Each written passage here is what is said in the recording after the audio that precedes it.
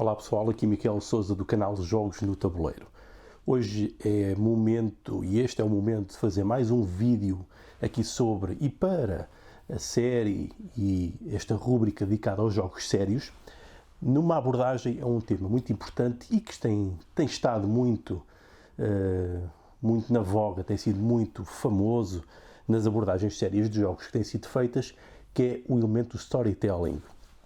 Storytelling, para alguns autores, é considerado como uma mecânica de jogo, embora eu diria que é mais um mecanismo ou mais um sistema dentro do próprio jogo, embora o facto de podermos, como a ação do jogador, porque uma mecânica é o modo como os jogadores interagem com o sistema de jogo, portanto o storytelling pode ser o modo como os jogadores interagem com o sistema de jogo, criando assim uma mecânica. Portanto, temos aqui esta dualidade se o storytelling é uma mecânica ou é parte do sistema do jogo em si ou o tipo de jogo.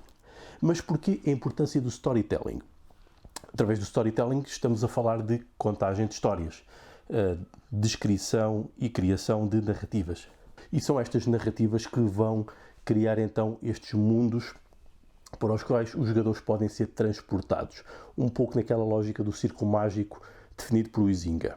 Aquele espaço fantasioso, não sério, onde os jogadores podem expressar novas realidades, novos papéis e novas emoções. E é esse fator de, através do storytelling, que consiste em contar histórias e criar as tais narrativas, os jogadores vão poder experimentar várias emoções. Porque quando contamos uma história, quando estamos a contar, temos que a construir mentalmente, mas até quando a estamos a ouvir, somos de imediato transportados para aquela narrativa e aquele espaço, mesmo que o modo como a história é construída e passada seja apenas verbalmente.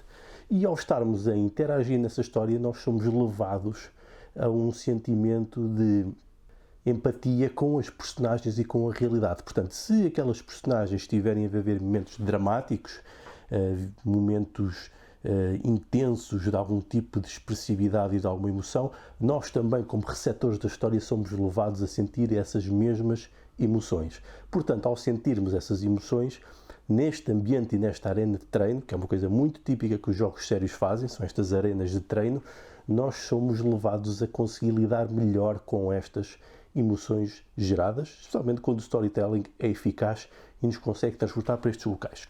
Há muitos jogos que usam diversos elementos e diversas mecânicas para fazer o storytelling. Alguns é apenas um storytelling direto que consiste em ler uma carta, embora esse seja o storytelling mais direto, que por vezes o que funciona menor, em pior escala. No entanto, existe o storytelling da própria dinâmica do jogo, o que também relaciona e distingue um pouco os role-playing games, porque no role-playing game não é tanto o jogador que constrói a história, é mais o jogador que interage e toma decisões dentro do contexto de uma história pré-definida. Portanto, aqui no caso do storytelling, nós podemos ter mecânicas de jogos que nos levam a conseguir contar melhor uma história, quer seja melhor no sentido de ser mais imaginativa ou de ter mais elementos que acabam por enriquecer o contexto que está a ser criado, logo fomentando as emoções. Portanto, a lógica aqui do storytelling como uma boa forma de lidarmos com as emoções é o facto de podermos criar empatia com os outros e podemos apropriar e identificar com a história que está a ser contada. Se foram sentimentos que já tivemos, vamos provavelmente tentar lidar melhor com eles, tomar decisões, isto então já é num contexto de jogo, onde os jogadores tomam decisões e fazem ações para interagir na dinâmica de jogo, porque se fosse, por exemplo, o storytelling normal de contar uma história através de ler um livro, não havia uma interação muito forte depois, pelo menos não num sistema interdependente e pré-definido.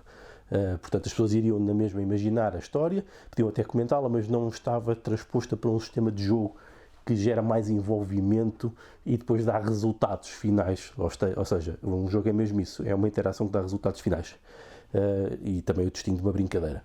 Portanto, esta é uma das versões e eu diria que é um bom modo de abordar o storytelling, por isso é que ele é tão usado em tantos jogos.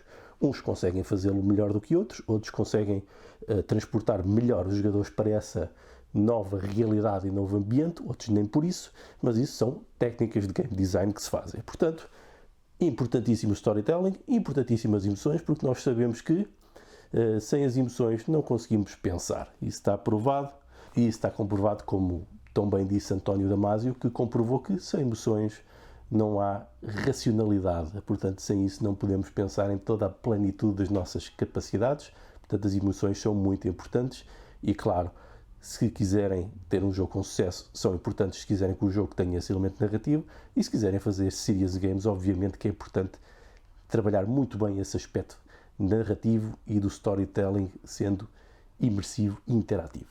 Deus.